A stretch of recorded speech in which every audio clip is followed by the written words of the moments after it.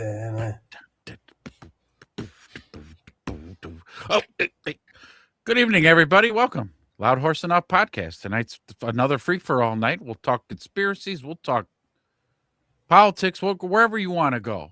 Anybody in the chat, you can subscribe, like the channel, drop it in the comments. Dude, we will riff on anything tonight.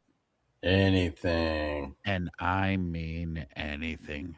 This podcast is for entertainment purposes only. That's right. We are not experts, therapists, financial advisors, relationship gurus, or parenting coaches.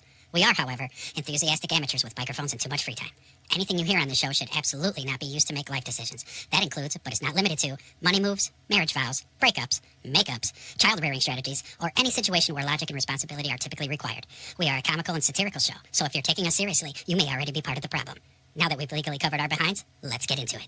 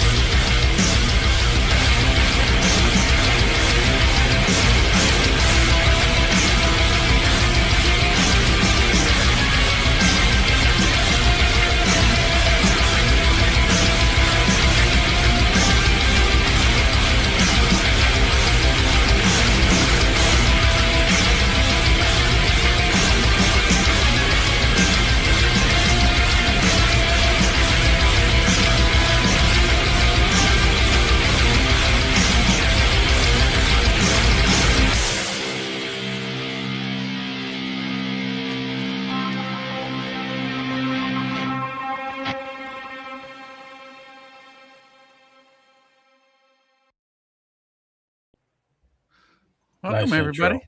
Beautiful Welcome. intro. Damn it. Welcome. Here we are. Another beautiful Saturday night. If any of you guys are on the East Coast, north or south, you're all freezing your asses off. Hopefully you're all nice and warm and toasty in your rooms. That's why I got the sweatshirt on, man. Because it's snowing everywhere from Maine to Florida. What the hell's going on? Weather manipulation. Let's start. Let's start with the conspiracies tonight. Right out of the gate, we're going weather conspiracy. Cloud seeding. Come on. Is it snowing HAARP in or Florida? DARPA? Which one is it? I don't know. They're both of We them. did this already, didn't we? We talked about this. We covered this. I think it's DARPA.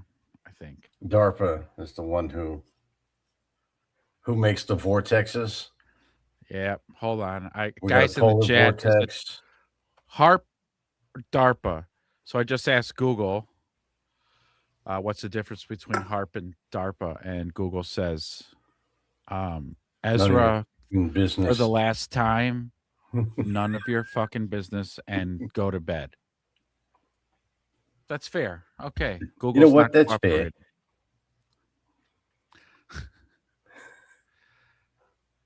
HAARP is a premier ionospheric research facility located in Gakona, Alaska. So they're the ones that do the spraying the grids in the sky? No, I think that's DARPA. Oh. HAARP is just I think they work together, honestly. That's what I'm saying. I think one is the prep and one is the chef. Yeah. You know, that cooks up the storms. Yeah. But which one's Gordon Ramsay? Make it snow, donkey! Where's my lamb sauce? This is raw. But yeah, anyways, it's colder than the witch's titty out there, and everybody's getting snow except where I live, undisclosed location. Yeah, everybody's getting snow except me. So that should narrow it down. If you've been paying attention to the weather the last 24 hours, you'll know exactly where I live. You'd be like, oh yeah, it snowed literally all around where I live here, and everybody else is getting snow, as I mentioned. I live on the East Coast, but everybody up and down the Eastern Seaboard is getting pummeled with snow, except the one area, and that's where I live. So that's where you're at. Do your research. And now, I encourage mad. Everyone to do your own research. I get always, and I get mad. Okay, I get mad. I'm originally from here, And so I like snow. I didn't move away from here because I didn't like the weather. I moved away from there for other reasons. But no snow. Just I don't get. You were depressed about the Bears turning in losing seasons over and over, so you left. Yeah. Well, no, I could do that anywhere around the world now, thanks to technology.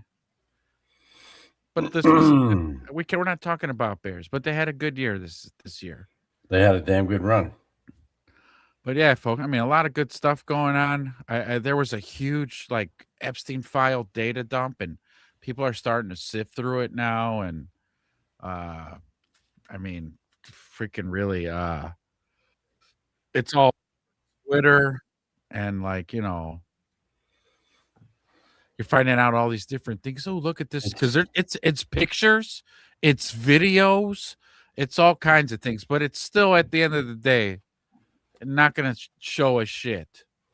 Yeah, can we see some active U.S. senators in there? Yeah, it's more teasing and manipulation. Can we get some Lindsey Graham in a dark room? Look at this. No, I'm going to show you. No, I'm not. I'm not going to show you. Where are you going, Pedro? Leave the room so soon. I'm not due back to South Carolina for another 24 hours. Where do you think you're going? So that gives me 23 and a half hours with you. And then you wonder what even triggered the release of it. I mean, we weren't getting shit. We had the head honchos, Dan Bongino, and I almost said Harold and Kumar, but it was Cash Patel and Dan Bongino told us it was a nothing burger. I think we got a little insight to what it is. I hope we don't get nuked, but this might have been what happened. I'm not saying it is, but come on. Why haven't you attacked Iran yet? If you don't attack soon, I will release the Epstein files. Okay, BB, I'll do whatever you want. Yowzer. Yowzer. I think that kind of looks believable. I think that might be accurate. And so he not too quick to get on Iran. And so, okay, like I said, I'm a man of my word. We're going to release some of those files. And then, so, that's what we get. Just more manipulation and teasing. That's all. It's all it ever is. Okay. That is all it ever is. Is a how can we make the population more out of their minds crazy? How can we do this? Well, I'll tell you what, let's give another little crumbs of Epstein, and that should get the crumbs. Or. And it's like, oh God. Yeah, and it's just more fuel for people to be more so, your guy did this and your guy did that, your guy did this, your guy that. Because everybody has guys. Everybody's on a team. Guys. Everybody treats politics like it's the NFL season. Well, that's that's kind of have you been watching Jimmy Dore lately at all? Me? No. Mm-hmm. I mean, a little bit, but not a lot. Why? What you got? Nothing pulled up right now, but what I saw a clip of Kurt Metzger on Joe Rogan. And boy, was he painting Joe Rogan into a fucking corner. Really? Yeah. It was brutal. Really? Brutal. What was he doing to old Joe? Like talking about things that obviously are a little sensitive to Joe. A little something Rogan's probably not allowed to talk about. Because here Joe Rogan, how do you say this? He knows everything, right? Joe Rogan, he knows everything. Yeah. Except for when Metzger brings up topics and he goes, "Oh, I didn't know that." All of a sudden now Joe Rogan doesn't know something now. Like, okay. I was unaware.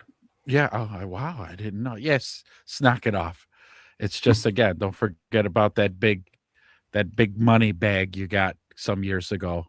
That didn't come I mean, he already without got it conditions. though, right? I mean, he should be good, right? It didn't come without conditions, is what I'm saying. Yeah, I'm sure there was a little bit of that. You're just not going to get 225 million or whatever the fuck he got. And yeah, talk about whatever you want, man. Floor's yours. No. Yeah, do whatever. No. You just no. You walk the line too. That's right. That's right. You say what we want you to say. Can make fun of any actor or actress or songwriter or artist, but don't touch that rail of the politics. Yeah. Let me see here. Let me see if And Elon hasn't been on in a while. I think Elon's kind of doing his own thing now. He's busy launching rockets, neural linking, and becoming Dr. Evil. Yes. This is the quiet part of his backstory. When they skip over, and for years he did this, and for years he launched rockets into space and put microchips in people's heads until finally the cup overfloweth, and now he's Dr. Evil. The stage is set for him to become the evilest man in the universe. I hope my guys don't. I'm borrowing this from Revenge of the Sith, so I hope they don't. I hope they don't get mad at me and copyright strike me for this. But here we go.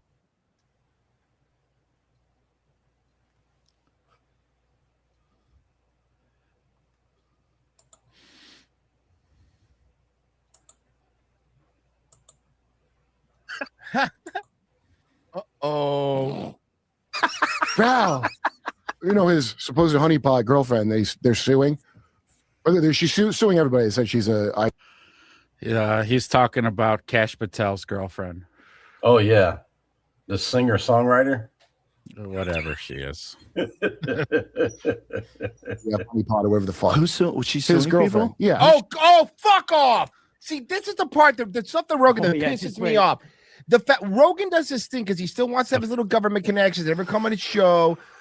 Rogan's doing everything he can to just play dumb. No, but he's doing right. But he's doing everything he can, so he's still acting like he's a free thinker and he's not control. But yes, dude, that whole dude, you're gonna fuck. Rogan is perpetually online. He is. He talks about it all the time. You're gonna tell me nobody behind the scenes, nobody mentioned to you that Kash Patel was suing somebody? Shut the fuck up. You don't ever talk to, I don't know, Tim Dillon. Exactly. Yeah. Tim Dillon's honeypot or whatever the fuck.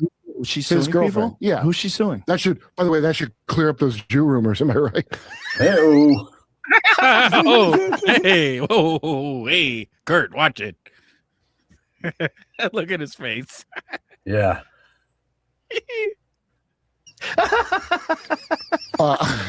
Kurt Metzger's latest appearance on JRE was pretty refreshing, especially how many AI. How you like that Nicki Minaj friend? But really, what about her? Did you watch? We've been covering TPUSA all week. Okay, you're deep in the woods. I'm not. I stay out of that. If it's he stays out of that. He's just friends with everybody involved. Yeah, he'll have them on the show. He'll talk about them. He'll talk about how much the Charlie Kirk thing, man. Charlie Kirk's this and that. He goes, yeah, I don't know about TPUSA. What's that? Rogan is doing.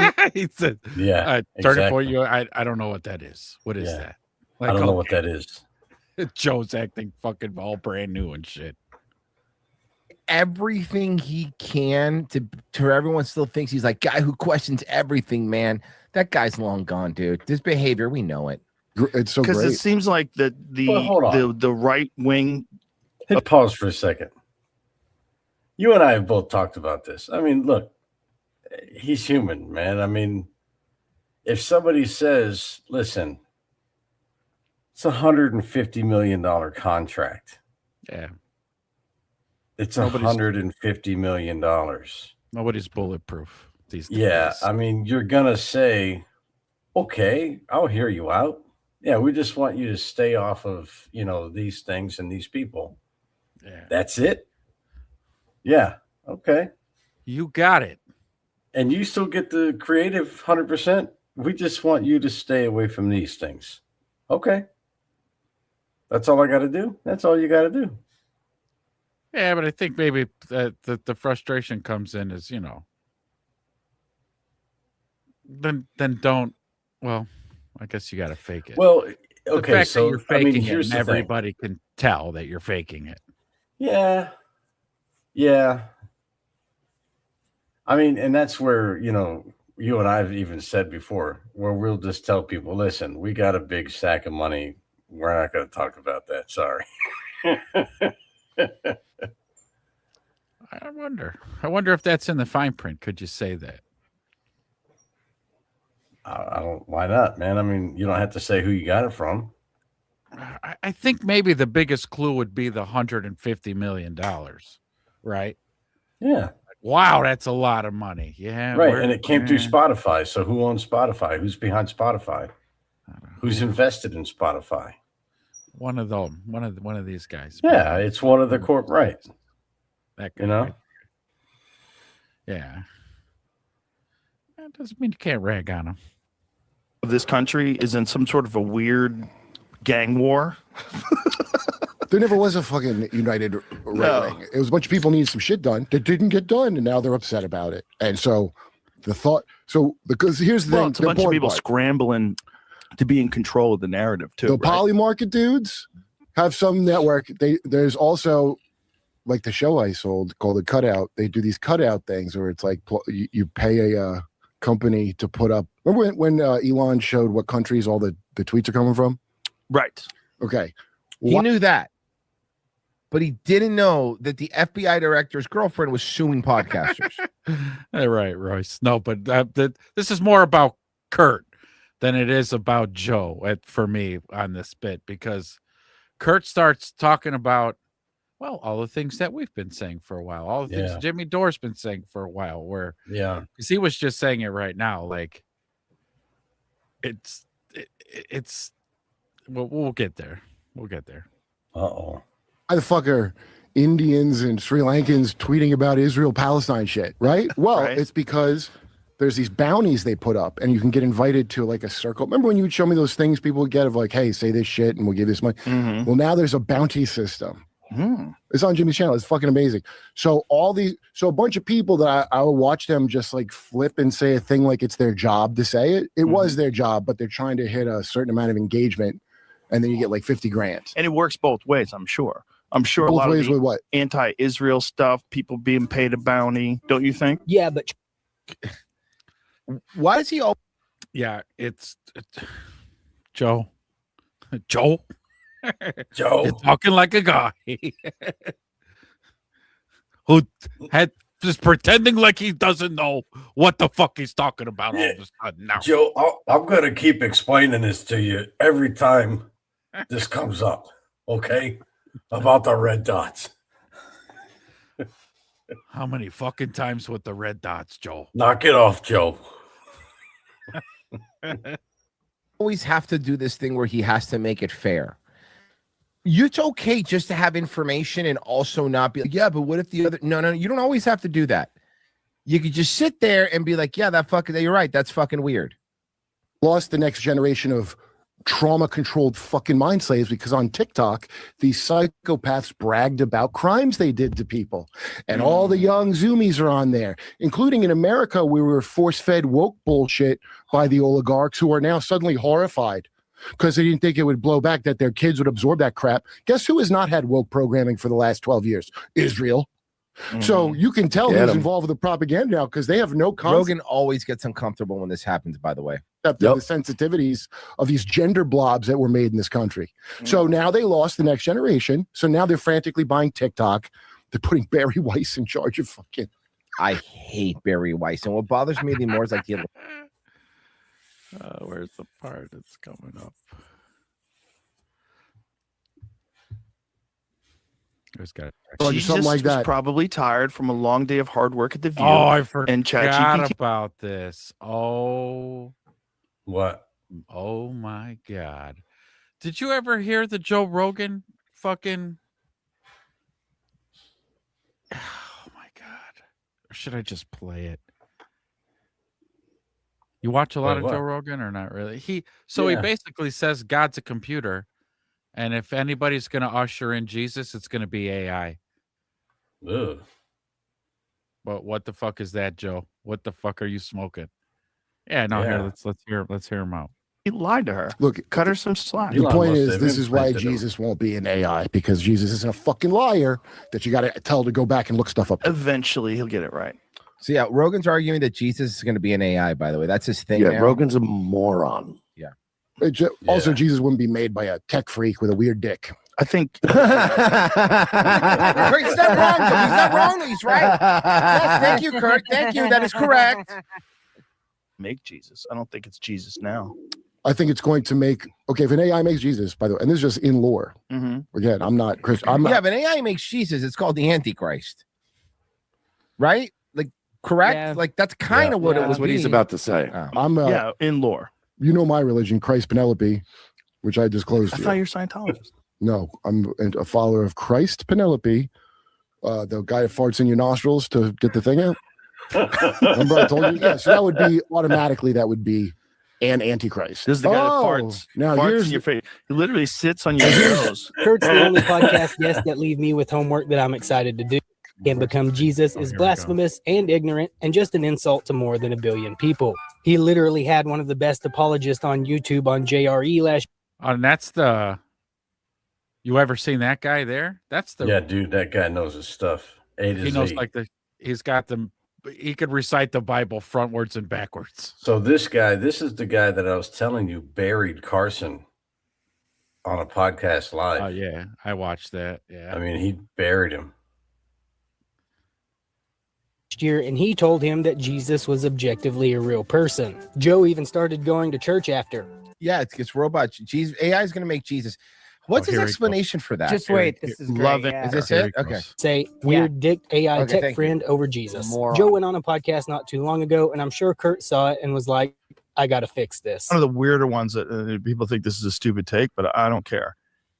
Jesus was born out of a virgin mother. What's more virgin than a computer? Pornography You're a lives on a retard. pornography lives on a computer.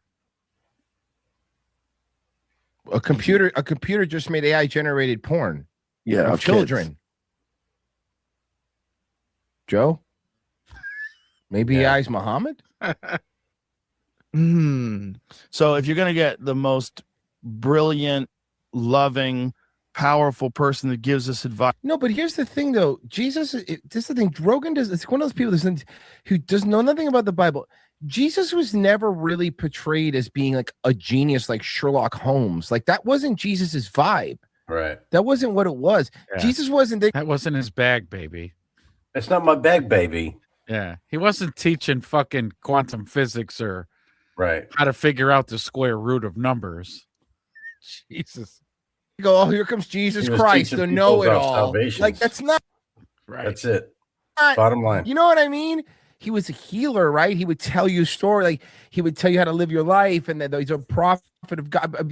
He had prophets, like all that stuff, right? And but this whole like no, Jesus, I never on, got Royce, none of the prophets were ever like, Let Joe bury himself. Let's go. Mhm. hey Jesus, AI is. 1947. It's a little the goes back Yeah. to the clip in the how to live to be in sync but, Well, I want to hear 1947. this a little bit more though. Hold on. can show us how to live to be in sync with God. Who better than artificial intelligence to do that? Jesus is Pastor. better than AI. Uh, You know, there's my answer. Bible. I don't know. God. God.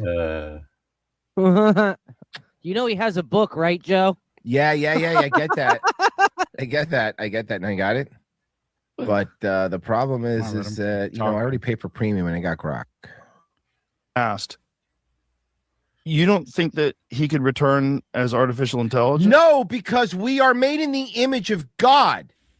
Uh-oh. And Jesus is Yeah. God. So therefore, if we are made in the this is Christianity. It doesn't really be Christianity, but if you're going to use Jesus, let's talk about Christianity, Christian lore, right?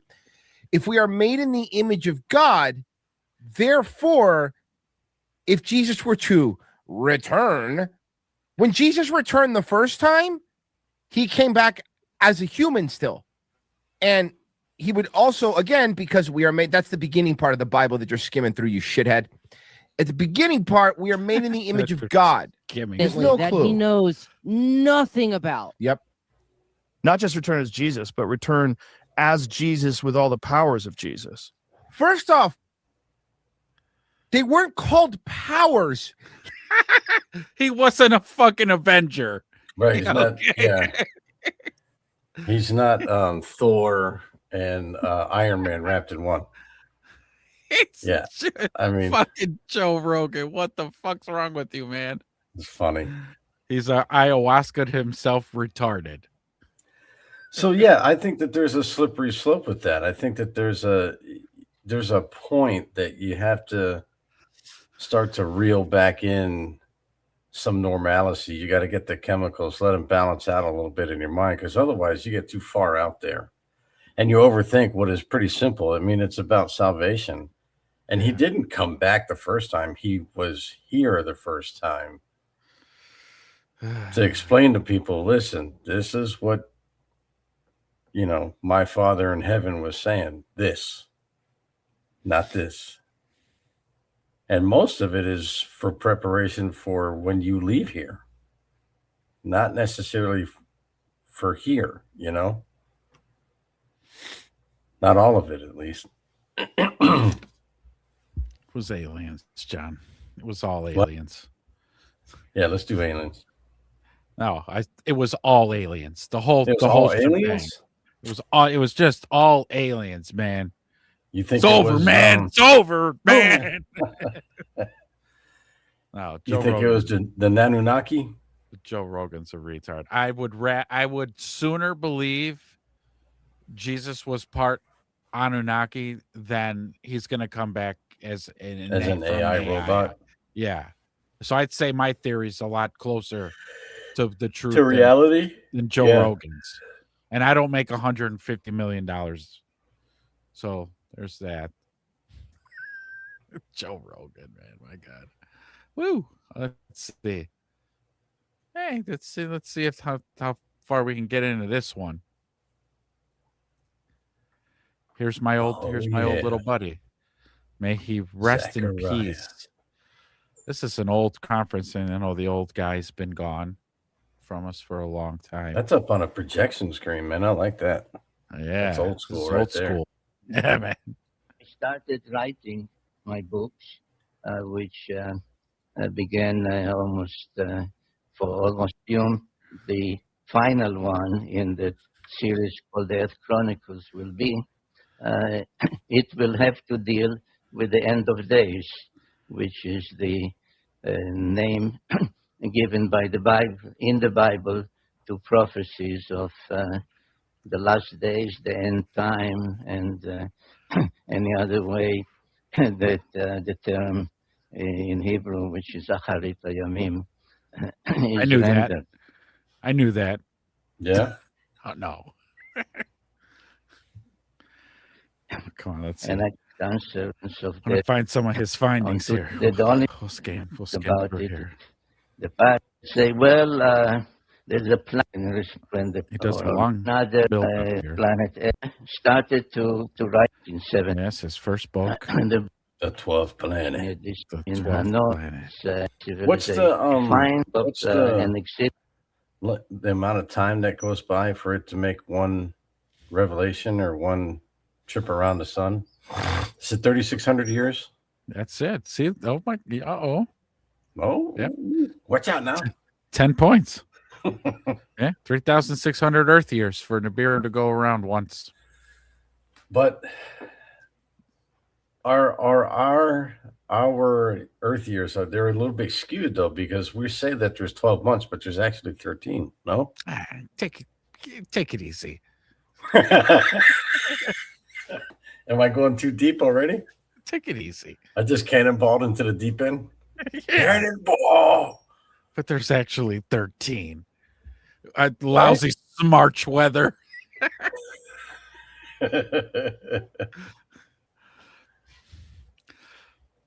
I mean, so wow.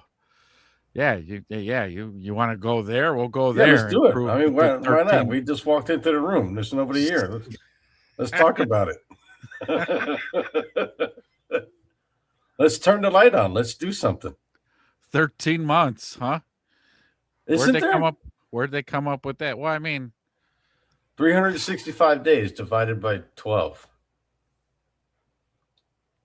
Or no, wait. 365 divided by 52, right? That's weeks. I know. 365 divided by 52. Nah, that's wrong. No, yeah, I think 12 was the right one to go by. And that should give you the average of how many days are in a month. 365 divided by 12. 30 days. See? 12 months. Where's this 13 months coming from? Wait a minute now.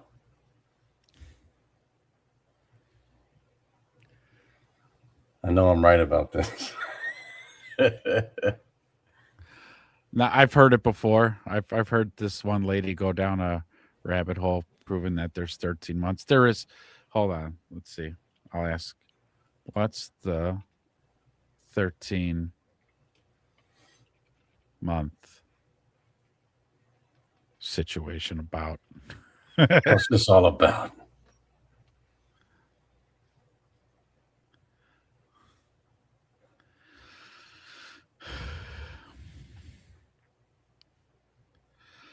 So maybe apparently here, if you were to divide the 365 days into 13 months, each month would get exactly 28 days.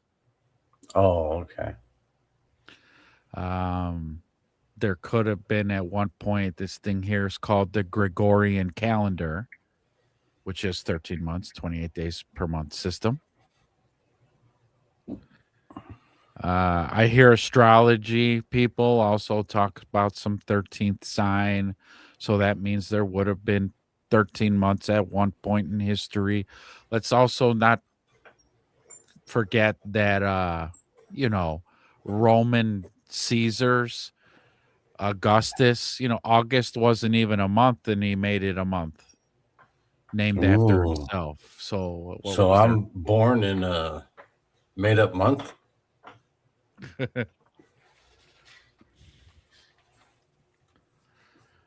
Hey, Google's listening to our conversation. That's good. It just finished the sentence for me. Nice.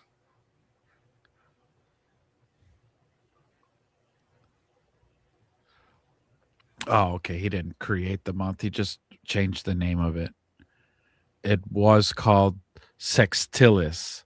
Ooh. But that sounded too provocative, so he named it August. August. Look at every time we get an influx, we get a baby boom every time we come around this month. Well, maybe back then it was sex month. There's certain months that mark certain occasions throughout the year. Look right here. Let's see. Original name. And maybe he was like, you know what? Maybe this is a little too on the nose. Why don't we call it August instead of sex month? Yeah, I mean, my wife wanted to call it Fucktember, but I was like, babe, hey, take it easy. All right, look at the original name Sextilis, as it was the 6th month of the original 10-month Roman calendar. They had a 10-month calendar?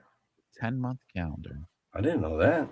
The Roman Senate renamed the month Augustus, later August, to honor the emperor, who felt the month was lucky for him. Oh. While a common legend. That's when I do the most killing, and it's in August. I feel like I really got a good wind behind my back. It's lucky. It's a lucky month. Lucky month. August, it rules the sign of Leo. The sun is the ruling planet for that. So the sun, very lucky. All right, And then let me read. Oh, geez. I gotta read the breakdown. All right. I'm getting nowhere here, John. I'm not getting nowhere. We're trying to get to the bottom of this 13 months. All right. I want to understand this. Keep it down in there. All right, just really quick, couple more sentences. It has 31 days. While a common legend suggests Augustus added a date to match Julius Caesar's July, Sextilis already contained 31 days before it was renamed. Similar to how July was named after Julius Caesar, August was named after his adopted son and successor, Augustus. Great.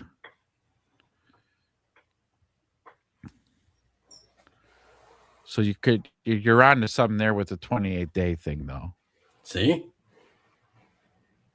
I told you. But the powers that be right now have us just with the 12. That kind of changes the whole thing with astrology, though, too. I mean, everything everybody thought they knew would be wrong if there was a 13. It would be off, right? Everything would be off. Yeah. But then that wouldn't make any sense because the whole way that it's kind of structured right now is perfect. Just the way it is. It's 12. Yeah. You would think that the cycles would keep like shifting every year and then all of a sudden, Pisces wouldn't be so awesome and cool. They'd be fucking angry and short-tempered and have no patience. Right. because they'd be Aries after 1 year. Yeah, after 1 year. On. So, I'm not done though. We need to because I've heard this.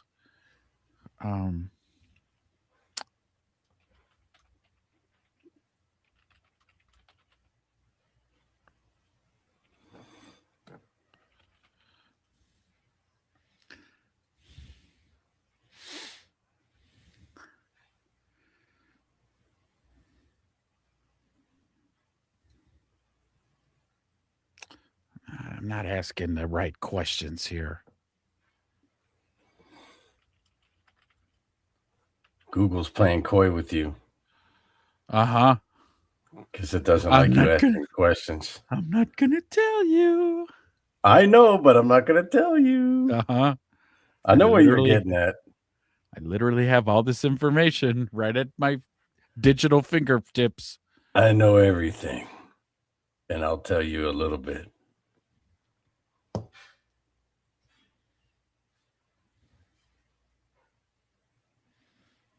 Oh, I mean, that's not far back enough. I thought I'd be getting like some ancient information here, but all I'm getting is some kook back in 1902 had suggested the 13-month calendar.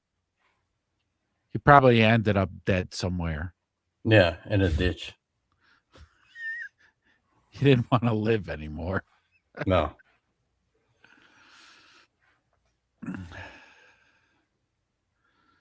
The 12th planet. There's only 12. Step into my office. All right, let's go, Sitchin. What you got?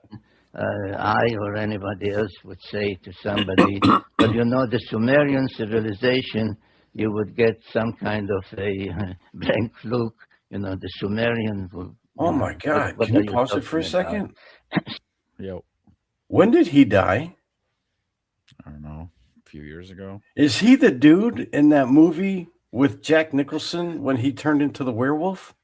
Is he the doctor? That's where I know him from. I doubt it. He's the freaking doctor. I'm telling you. He was in that movie.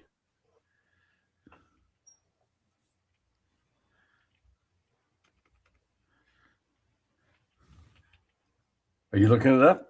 Yeah. What movie? What was the movie called with Jack Nicholson when he was the werewolf? Was it called Wolf? Might have been called Werewolf. No, Wolf. I think it was called Wolf. Wolf. I'm asking if Zachariah Sitchin was in any movies at all.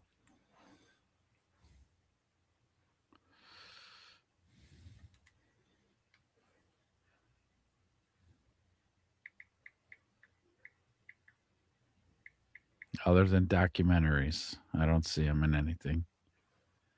So now I need to look specifically at who played the doctor in the movie.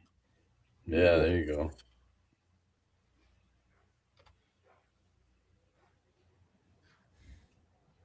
Yeah, right here, Zachariah. No, I'm just kidding. Nah. Dr. Vijay Eliseus is played by actor Puri. Damn. Looks just like him, though. Close but no cigar. Let's see if I can get some images. Does it strike you kind of odd? I've never been able to get over this anytime I've seen him.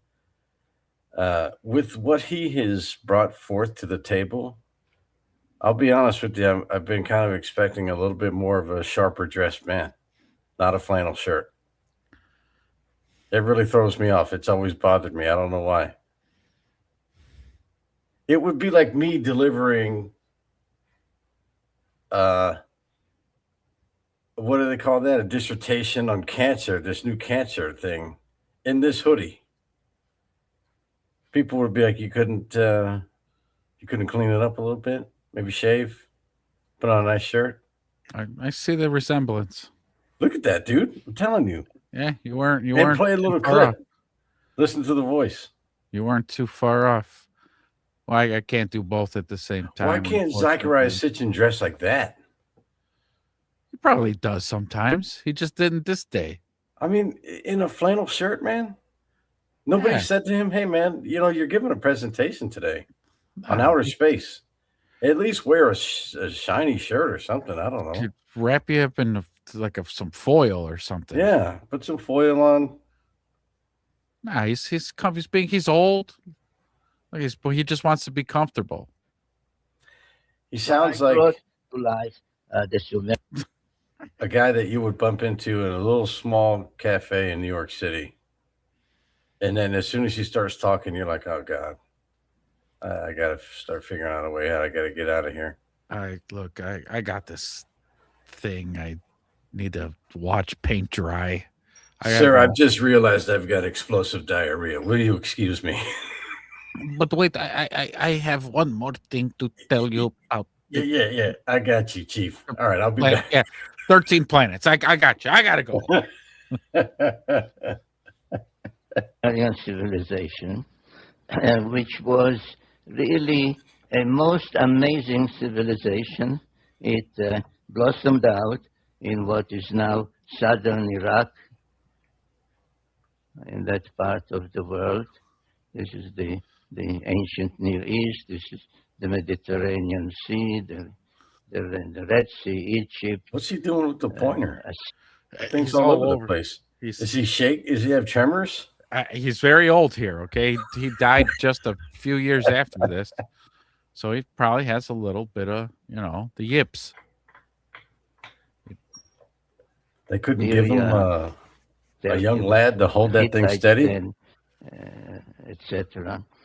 So about 6,000 years ago, an incredible civilization appeared there, and all those that deal with it use such words as suddenly, unexpectedly, out of nowhere, because there was no gradual or any kind of precedential civilization that you had this and this and this, and this was a higher level, a higher stage. Yeah, it just popped up out of nowhere.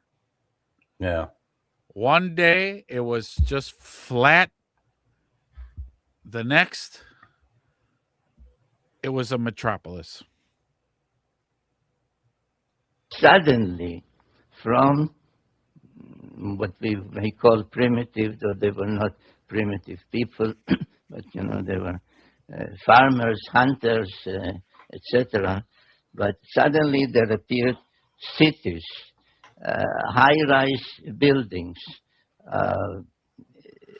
angry New Yorkers yelling and swearing and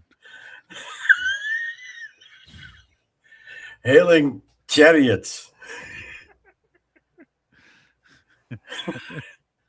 People driving chariots and leaving the meters running. Ripping people off in the streets. Very rude. Very Horrible. rude. Horrible behavior. Despicable. Societal organization, kings, priests,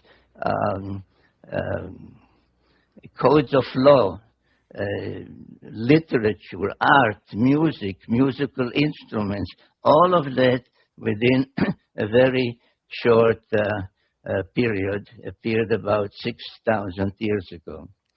And I sometimes find it necessary to ask people to stop for a minute and think, what is 6,000 years? So this is what's great about Sitchin's work, right? We can question it a million different ways. However, when somebody's a seeker, like truly trying to seek some kind of knowledge or information, type 1 data is like the best kind to get, because type 1 data is like tangible. Like here's the proof right here. Right. You know, like type 2 data is like me saying, oh man, you should have seen what I saw. I'm telling you, it was this, that, and you know, and then like when I saw Bigfoot, you should have seen it. Yeah, so that's like type 2, you know, and then type 3 is even worse, because you saw Bigfoot, you told me, and then I go tell that guy. Now the separation gets even more, and it gets all convoluted. But this whole presentation on Sumeria and Sumerian civilization, I mean, he's going to show consistently throughout this thing that type 1 data tablets. Like, look, it's right here. Right. When he gets to Enlil's star map again, it's another thing. Like, well, what the fuck is that thing? So we are about 2,000 years removed from the time of Jesus. Now, that time was about 2,000 years removed from the time of Abraham. And then add to that another 2,000 years, and that's where we are talking about, where this great civilization appeared so suddenly. And without devoting the whole evening to that civilization and all the firsts to which we owe a debt. For example, if you look at your watch and you have 60 minutes in an hour, why do you have 60 minutes? Because that's the basic Sumerian mathematical system called sexagesimal base 60. They went from 1 to 60, and then like we go from 1 to 100 and 101, then we go. Yes, they created our mathematical system. Trying to see if we get to more. There's more tablets.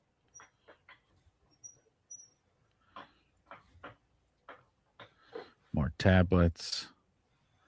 Ah. This is where things get spicy. Semi-precious stones,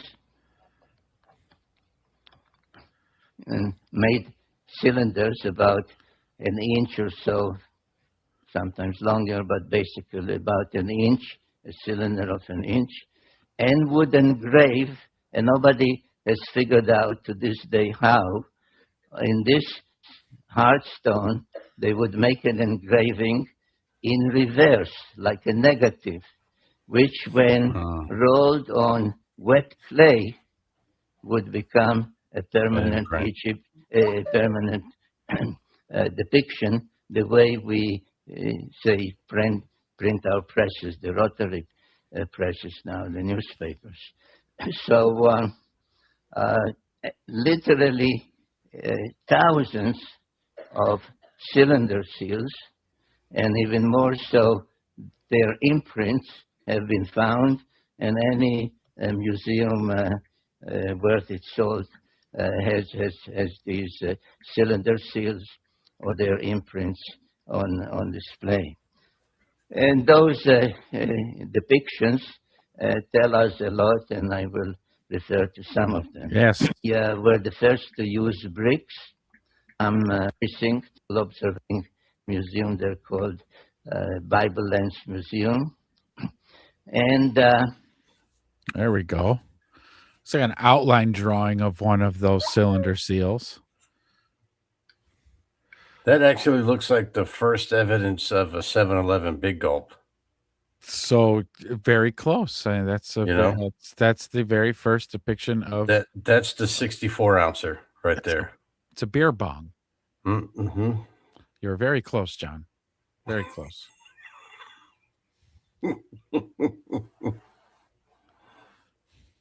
The correct answer was beer bong. What I wanted to say was right here. Kudos, and Kang. Where are you guys from? We're from an unnamed nearby ringed planet. Yeah. The two Simpsons aliens. Yeah. Those guys are awesome. They might be onto something. It's interesting the clothes that they draw them in. You know? Yeah. And the eyes are triangles. Why are they triangles? I think the noses. Yeah, but look at the one all the way to the right. See the eyeball and the triangle? Oh, yeah. Okay. And then the one all the way to the left, that's another eye socket. Oh. You know what? We do have triangle spaceships. We do. Maybe that's them. Those are spaceships. Maybe. Or just B-1 bombers. Well, usually like too, when you're drawing eyes from the side, they are kind of triangular. Are they? Mm-hmm. Give me. Like a jack-o'-lantern? You don't draw, John. Okay, I do. But yeah. But that one all the way on the right, though, he's kind of like side-eyeing whoever's taking the picture. He's side-eyeing him. Yeah, he's looking at him saying, are you drawing me right now? Yeah. I didn't give consent to that. I thought you were asked numerous times to not do that. Didn't we talk about this the last time you did this?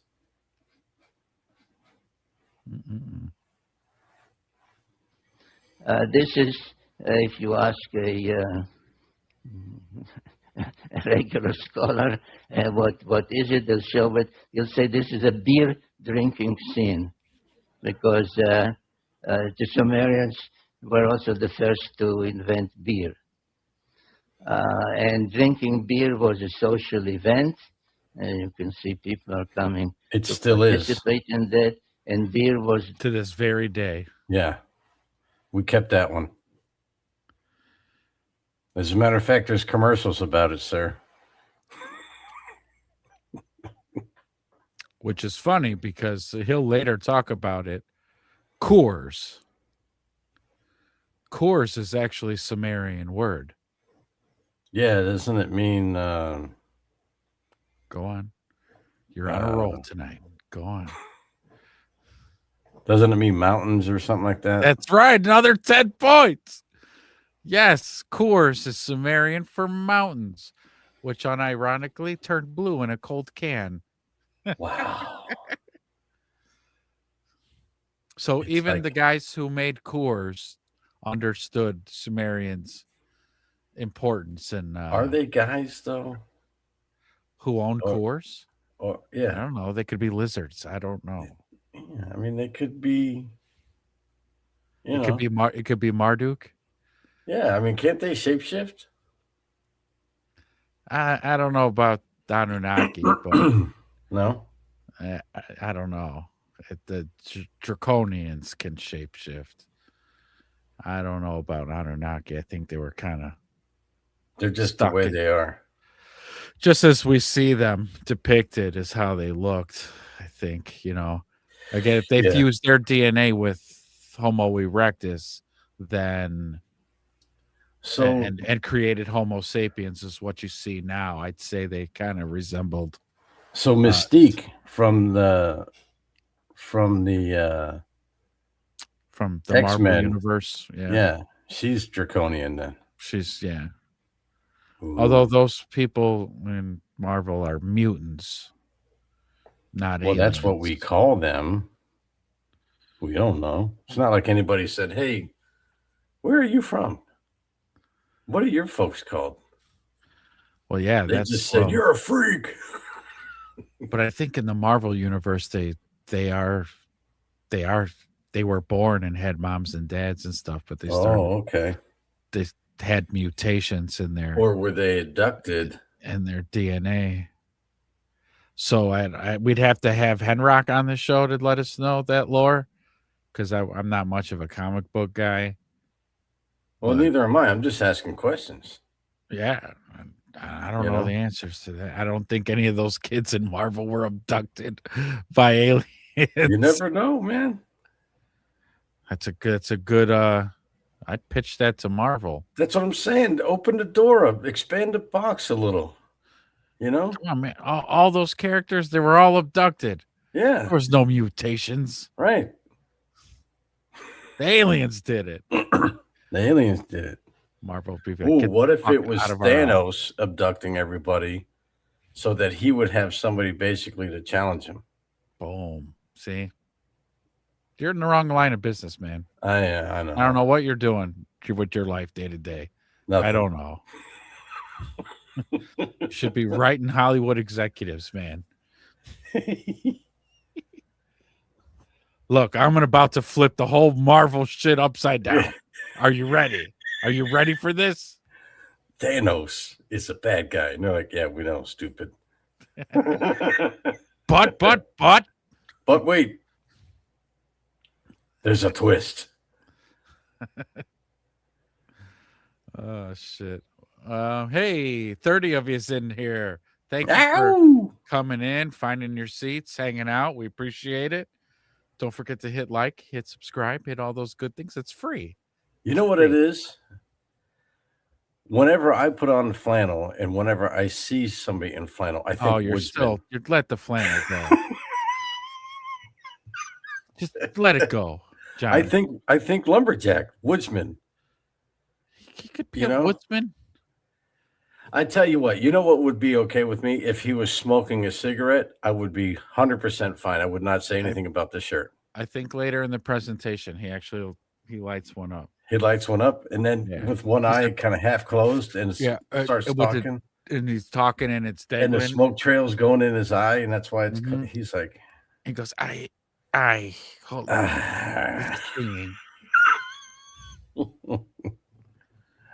Back to the presentation. Somebody get me a whiskey. Straw.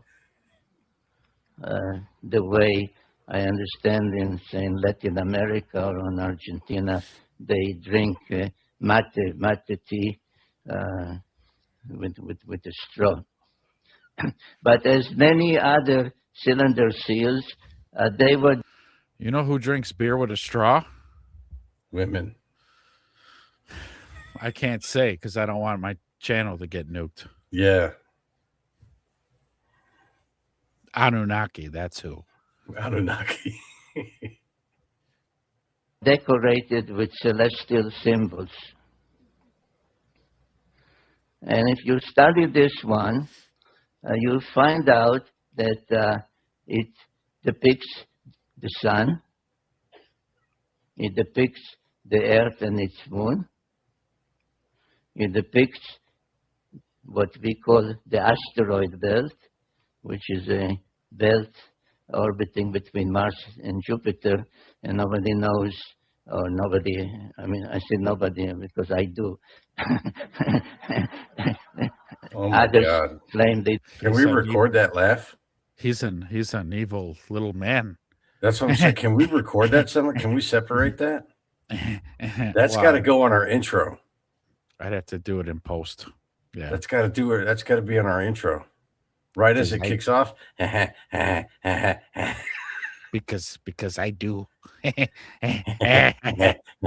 I know, none of you No.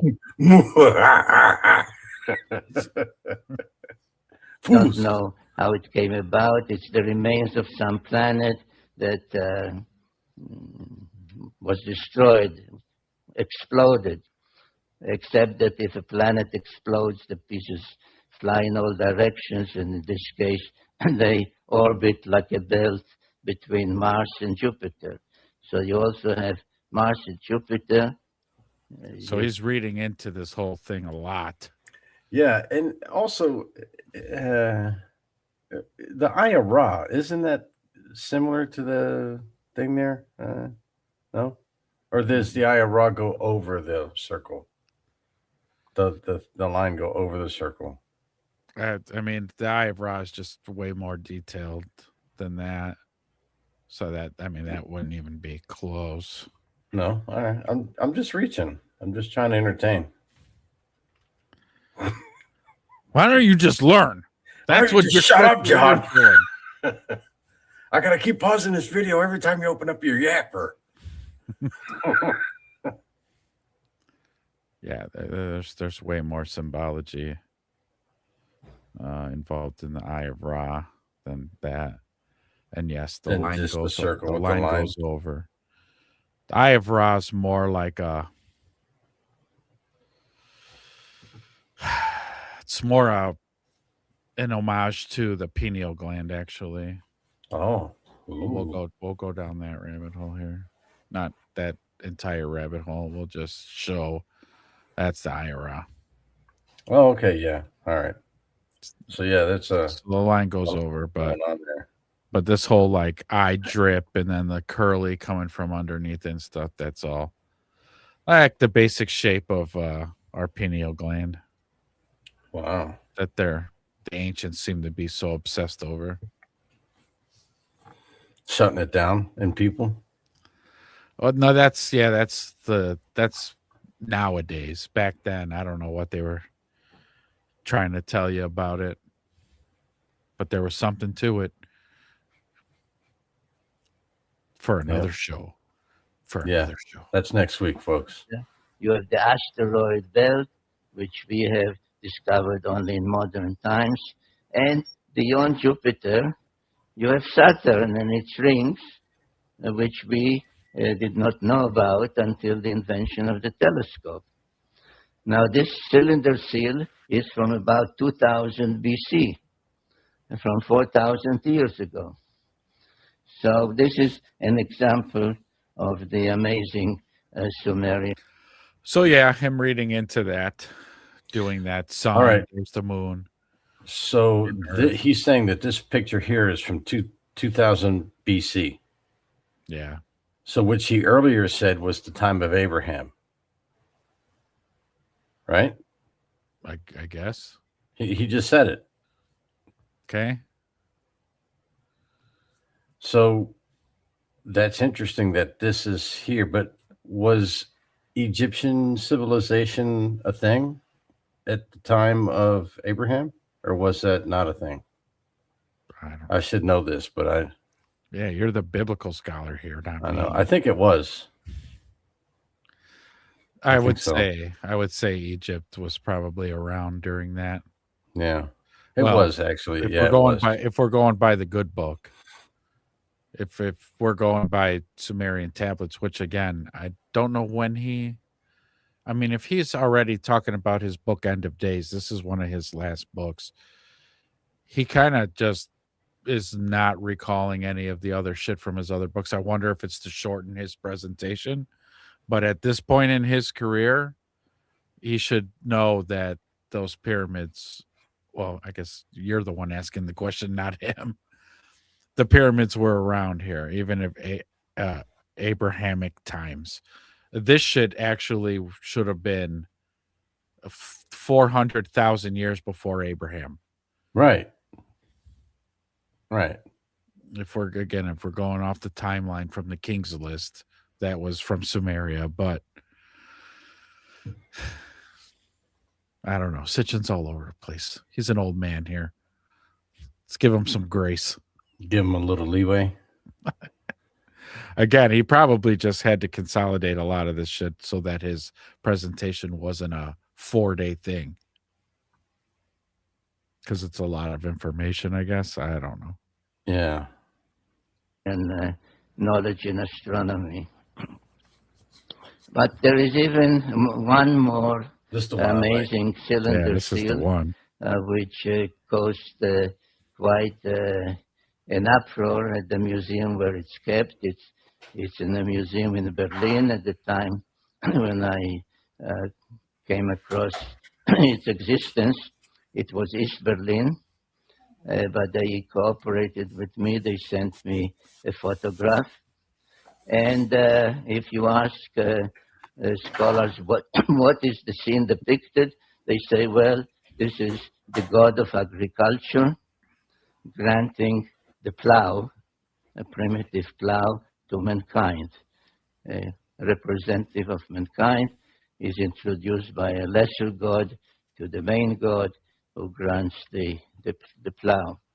And just as an aside, I'll say so, you tell those same scholars at the museum or in any of their scientific magazines, say, so there was a god of agriculture and that's how he looked. They say, no, that's a mythological scene. That's just mythology. But whatever it is, I'll tell you what's not mythology is that whole fucking solar system in the background. Yeah. Exactly. Explain that one away. It's all the damn planets. Now, I forget, are there 8 or 9 in that picture? No, they include Pluto. You sound disappointed. No. Pluto's a planet, man. I know. I'm the one who defended it when scientists didn't want to. They wanted to take it out. They actually did for a short time, and I was like, "What are you doing?" Yeah, they did take it, but now it's back, right? It's back now because fucking Marduk put them on notice. John McCain had a visit up there at the Antarctica.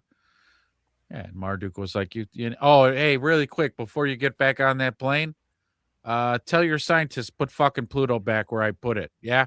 Yeah. You got it, Chief. Or he was like, so you guys are saying Pluto's not a planet, huh? And he's like, yeah, we figured, oh yeah, my bad. You guys have been alive for 10 minutes. So yeah, you know everything. What would we tell you what, why don't you put that freaking planet back on the map, all right? Get out of here. That's right. That's how that went. Uh-huh. There is an interesting celestial depiction on this one, and this is what it shows. Ooh. It shows a star surrounded by planets. Now, this arrow is my addition to enable comparison with our knowledge of the solar system. So we have the sun, not the Earth, we have the sun in the center, surrounded by planets, all the planets we know of in the correct sizes and in the correct order,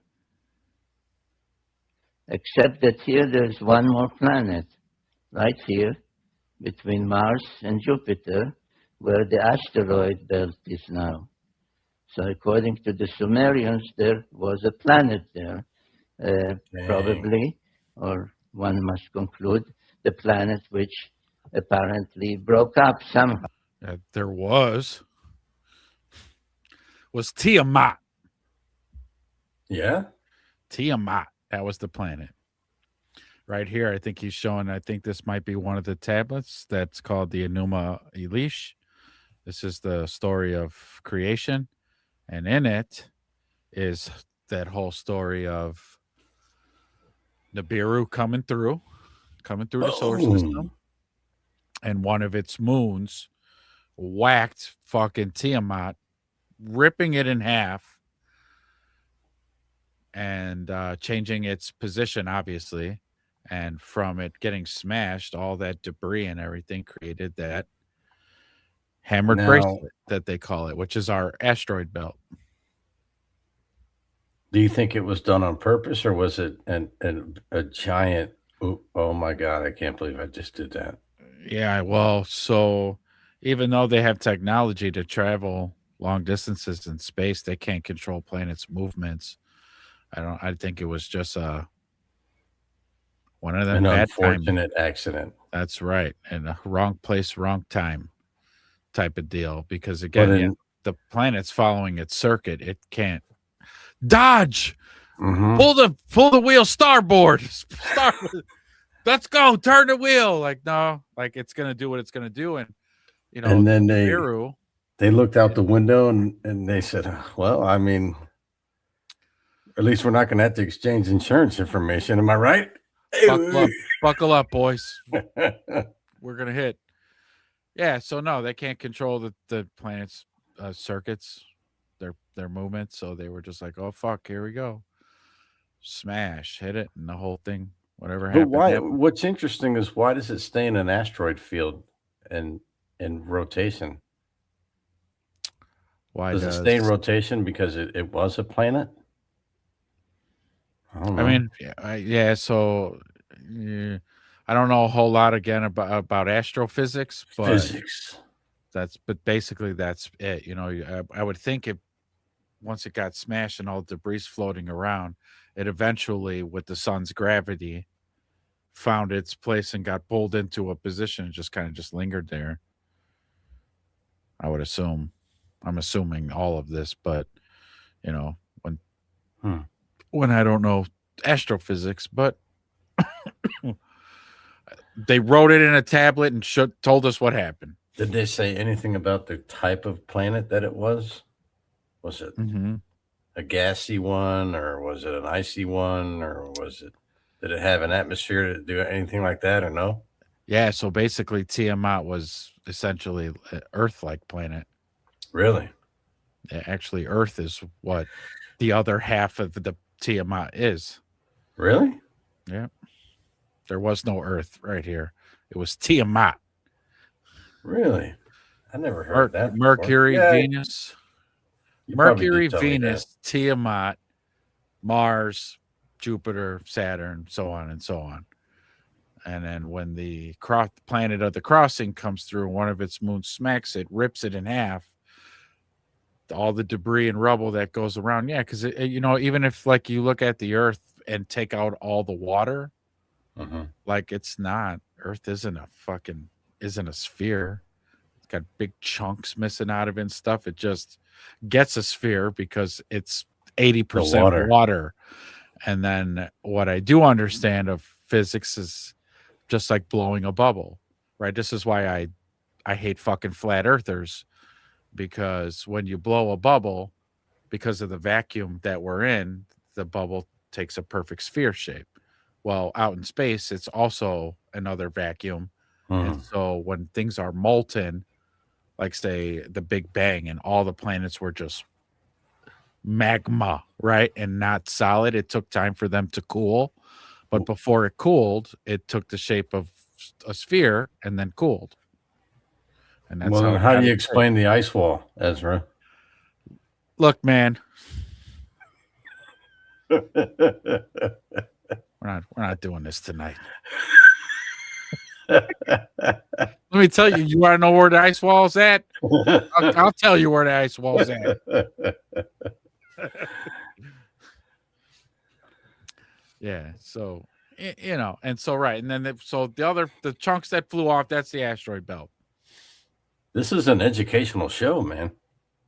Yeah, we're learning things here. We're doing stuff. That's what it's about.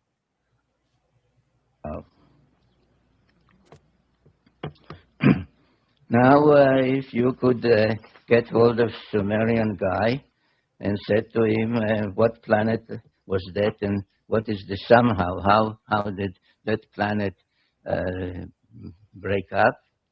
He'll say, well, that's you're asking me something that is been written about in one of our books.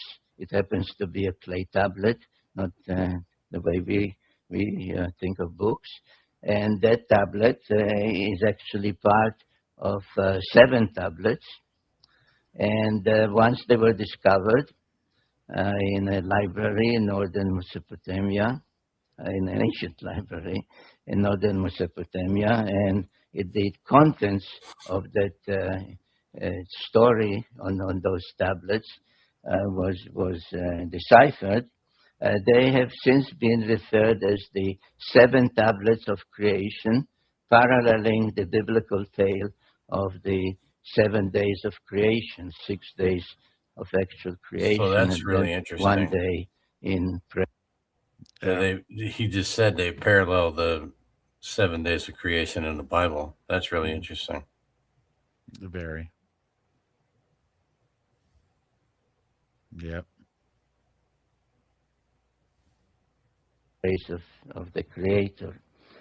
So this is one of the tablets, I think the 4th one out of the 7, known as the Epic of Creation, or sometimes known by its opening lines, which is how the Sumerians used to name their epic tales or their tablets in library catalogs, because they were actually set in libraries, and on each shelf there was a tablet that listed all the texts that are on that particular shelf, like a catalog tablet.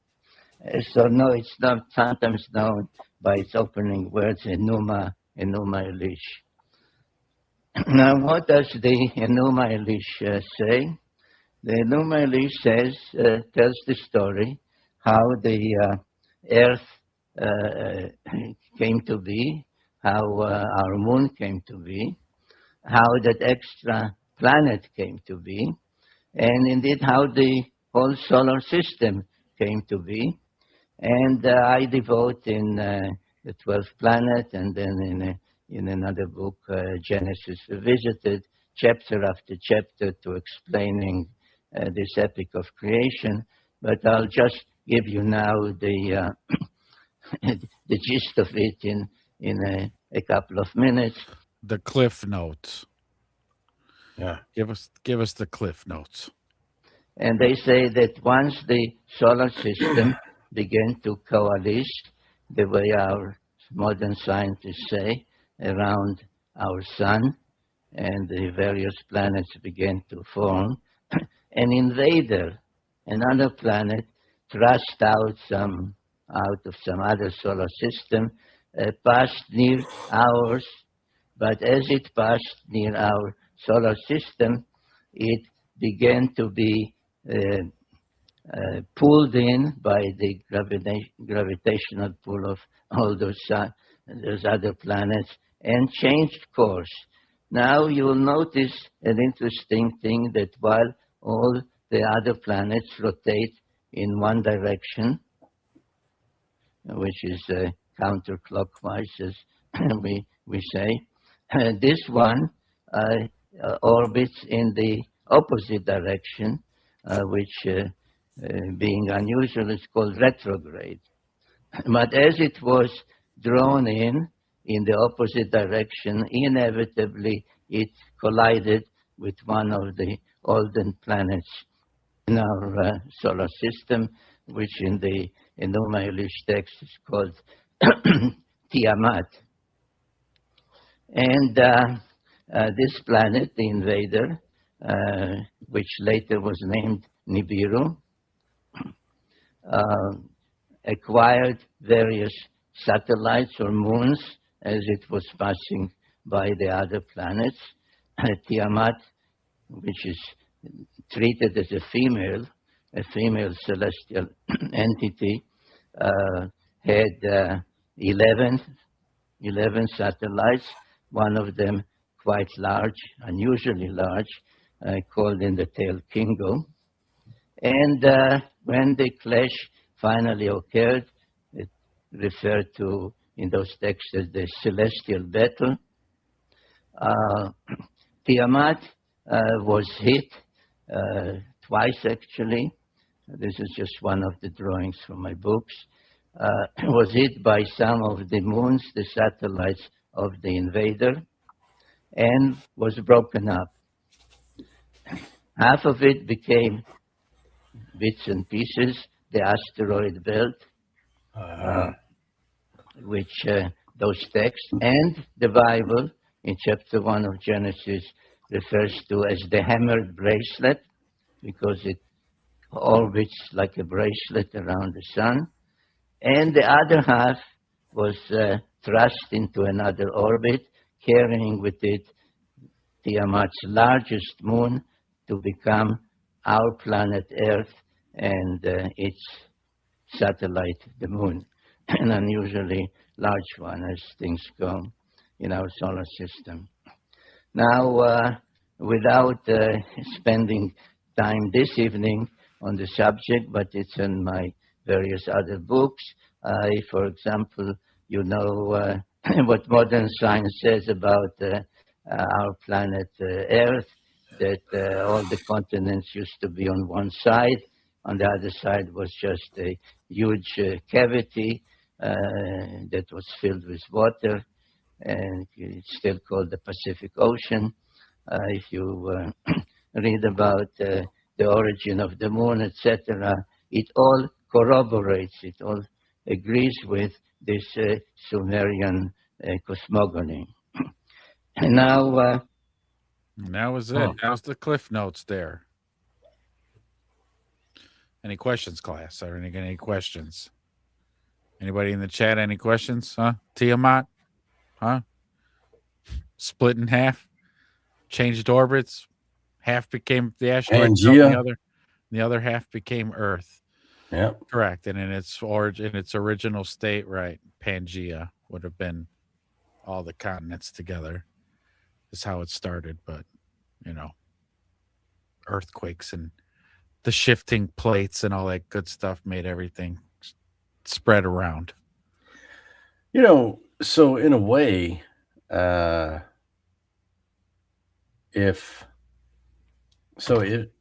let's just say, you know, let's assume this is 100%. So then Tiamat is probably a self-healing sort of planet or organism, if you will, because volcanoes, earthquakes, all that stuff is it expanding and opening up. It's not necessarily destruction. Maybe it's growth, you know, because it's grown now. There's solid ground underneath the Pacific Ocean where maybe it was more like you said, like a bubble. It did take a sphere shape, but it didn't have, you know, the earth under it now, like it does now back then. But through time, it sort of just rebuilt itself. Yeah. No, I mean, did I go too far? That's a fair take. No, you know, a lot of New Age and spiritual people, including myself, I believe the earth heals itself. Absolutely does. Definitely does a shakeup whenever it needs to. Yep. Yeah, it'll reset itself when it wants. It'll definitely go, woo. Yeah, shake it off. Get those. Shake it off, like Taylor Swift says. No. However, when the invader planet hit Tiamat, Tiamat was a. It wasn't a. This was, you know, millions of years after the beginning of the universe, that this whacking with the invader planet happened. Mm-hmm. So it was already a solid rock doing its thing. Yeah. And then got hit. And was still a rock. Just again, somehow ended up at some Goldilocks range. Because again, Tiamat, they say it in this other writings. Tiamat had water and plants and things like that already on it. Had vegetation and stuff. Yeah. And whatnot. And so even though it got whacked and then changed the orbit and became Earth, it was able to absolutely heal itself once the dust settled. And who knows like how many thousands or millions of years that must have taken. Like what? What's Godzilla like? Godzilla regenerates, man. Does he? That's why he never dies. Nice. Yeah. I didn't know. Now you know. I still got to watch the Godzilla movies. I have not yet. You got to watch Sat Godzilla down minus and- one, man. It's on Classic. Netflix. Is it? Yeah, Godzilla minus one. It's a good movie. The 60s ones are a little goofy, you know. The first two, they were actually trying to make it scary. But then it got a little goofy. Then there's flying Russian kicks from Godzilla. Godzilla flies. He uses his hot breath as a rocket, you know. No way. And he just flies backwards. Really? Oh, yeah. Okay. So at that point, the Japanese were like, okay, we're not able to get this thing scary. Let's just lean into this now. Right. So we're making comedies. Okay. Got it.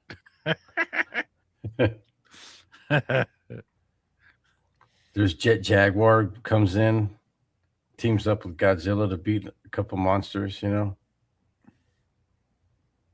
Are you messing with me right now? I'm not messing with you, man. I never mess around when it comes to Godzilla.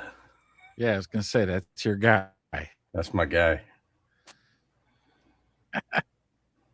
Oh shit.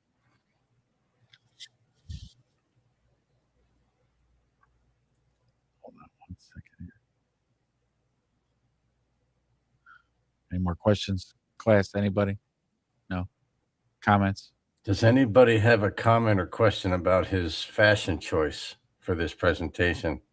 Please, will somebody please help John out here and back up on the flannel? Somebody in the comments, if you were Sitchin giving a presentation at a UFO conference, would have went with something else other than a flannel? Let us know. Yeah.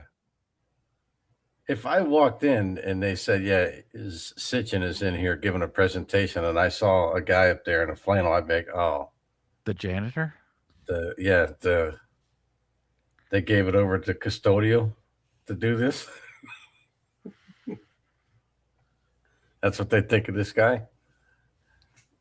What happened to the invader?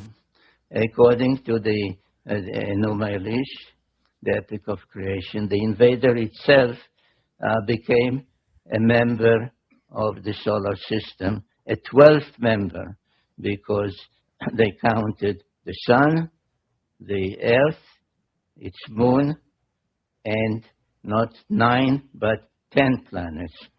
Ooh. So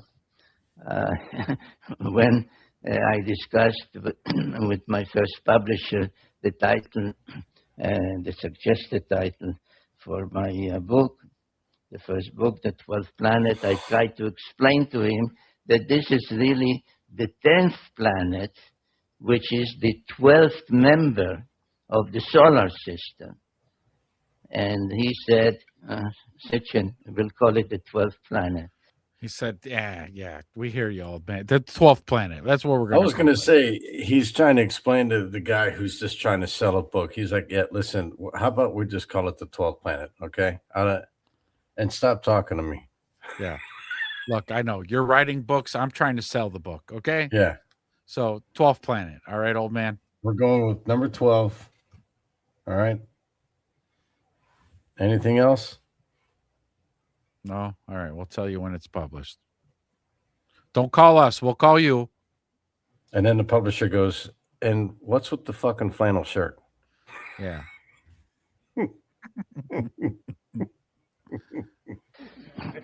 So it is known as the 12th planet, though it is in reality the 10th planet. And all the Sumerian tales do include the planet we call Pluto as part of the tale. So I wrote on my website a piece when the astronomers meeting in Europe decided to dethrone Pluto and said it's not really a planet, it's a planetoid, it's this. I wrote a piece on my website and said, let Pluto stay the way the Sumerians had it. So this is the planet that remains in orbit and has been renamed Nibiru. Now, on many Sumerian and afterwards Assyrian, Babylonian, and so on depictions, all the 12 members of the solar system are depicted, and you can see the sun, you can see the moon, you can see this Nibiru, whose symbol became the winged disk. You can see all the others with their symbol, and you can see the 7 dots, which is the symbol for Earth. Yeah. Is that what I'm seeing? No. 2 Pegasus? No. If anything, they're probably bulls. Okay. Bullheads. Now, you may well say this is wrong, because we all know that Earth in New Age parlance is the 3rd rock from the sun. Right? So there's Mercury, Venus, and Earth. Was that a saying when true, he was doing this? But I think it always was. It's always a saying. 3rd rock from the sun. Mm-hmm. Okay.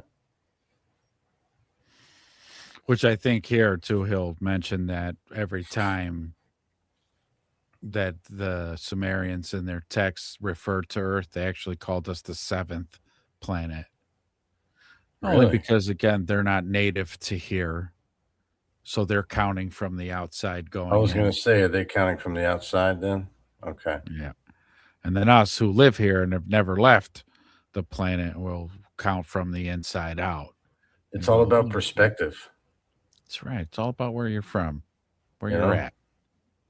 It ain't where you're from. It's where you're at. It's where you're at. if the Sumerian incredible knowledge was given them, was not acquired by them from their own observations without telescopes and all other modern equipment, if it was given them by somebody, let's assume for the moment, coming in from outside the solar system towards Earth, then they would say Pluto is the first. And then there's Neptune and Uranus.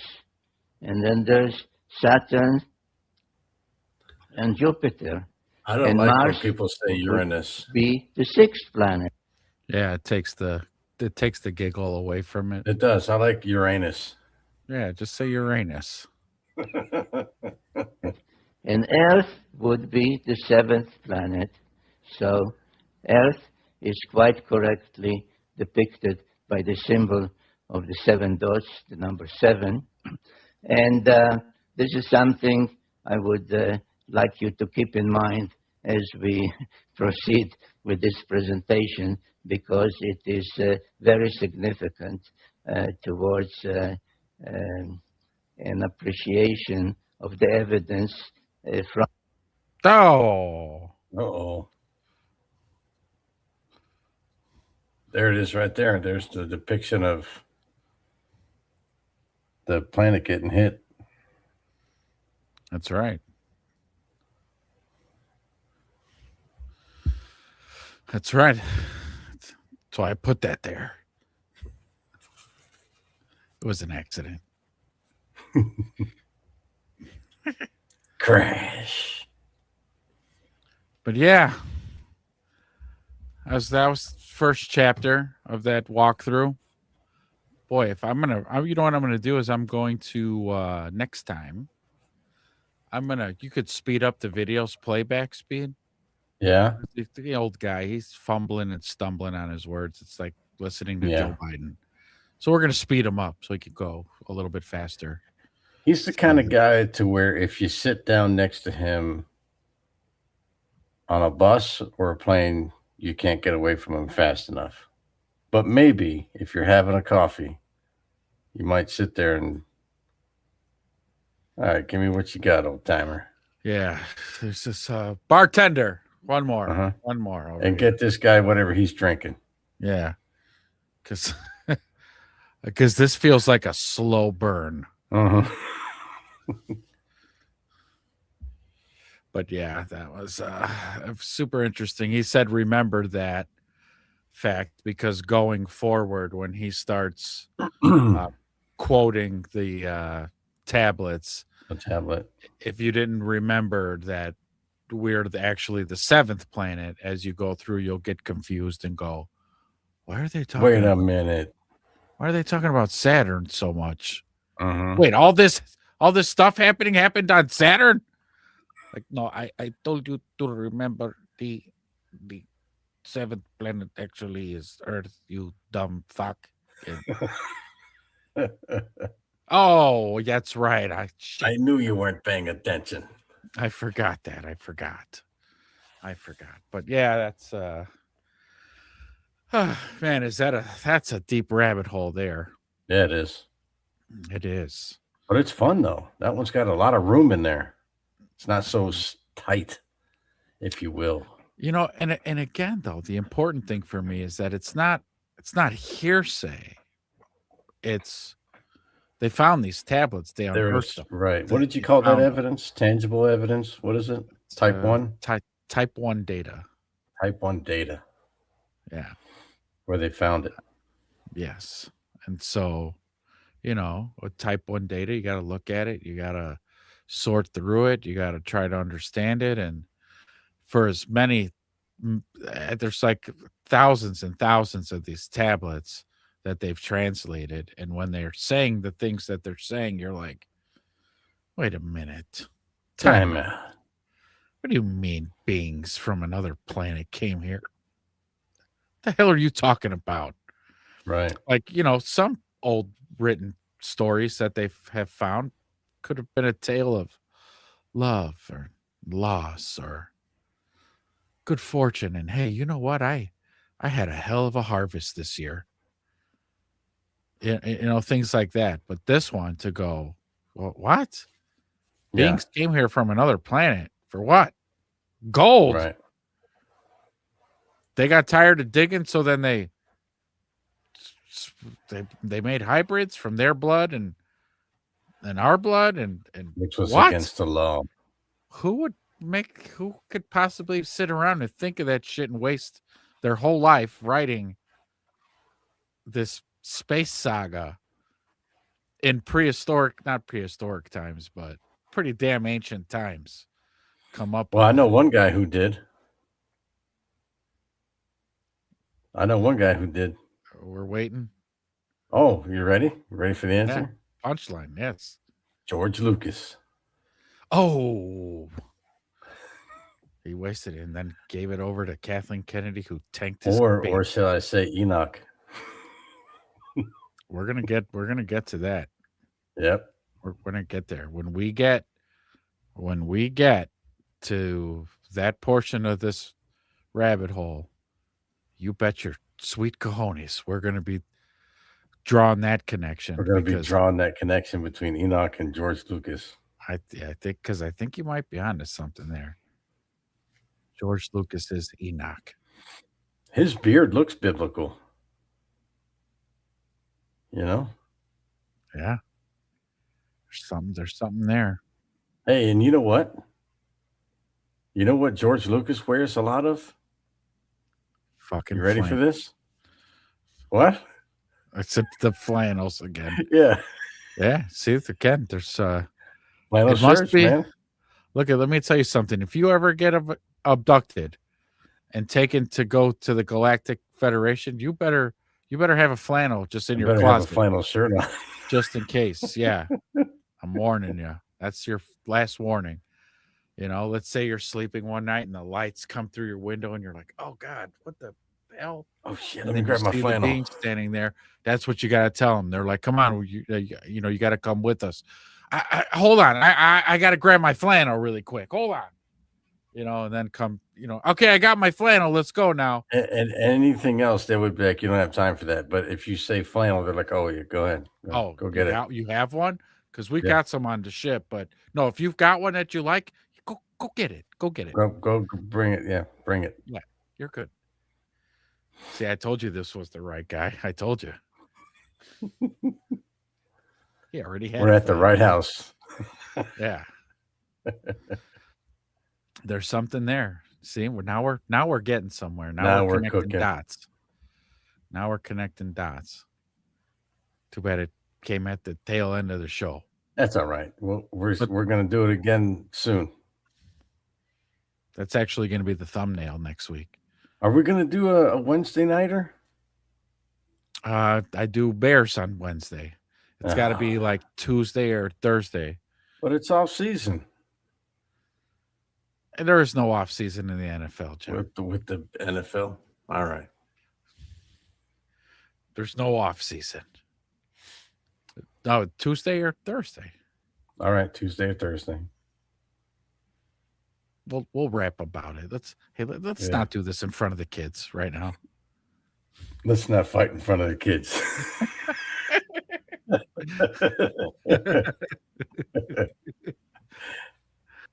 We're sorry, kids.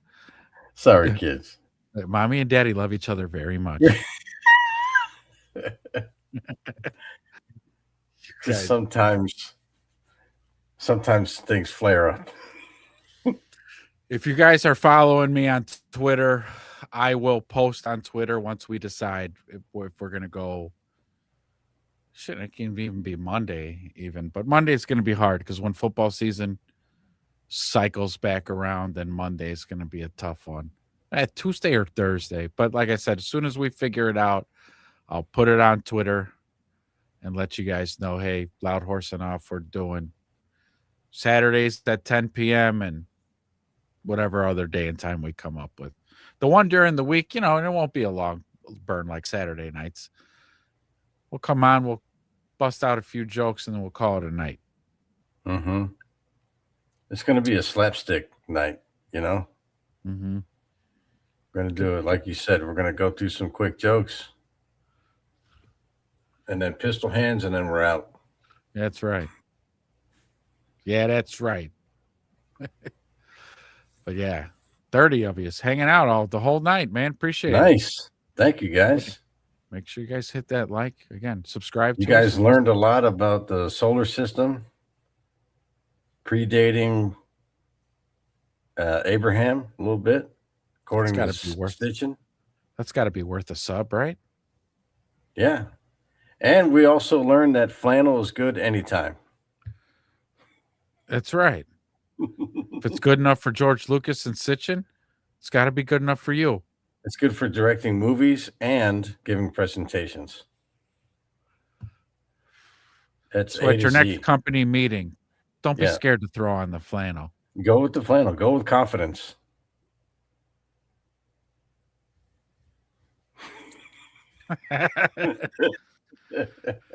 All right, kiddies.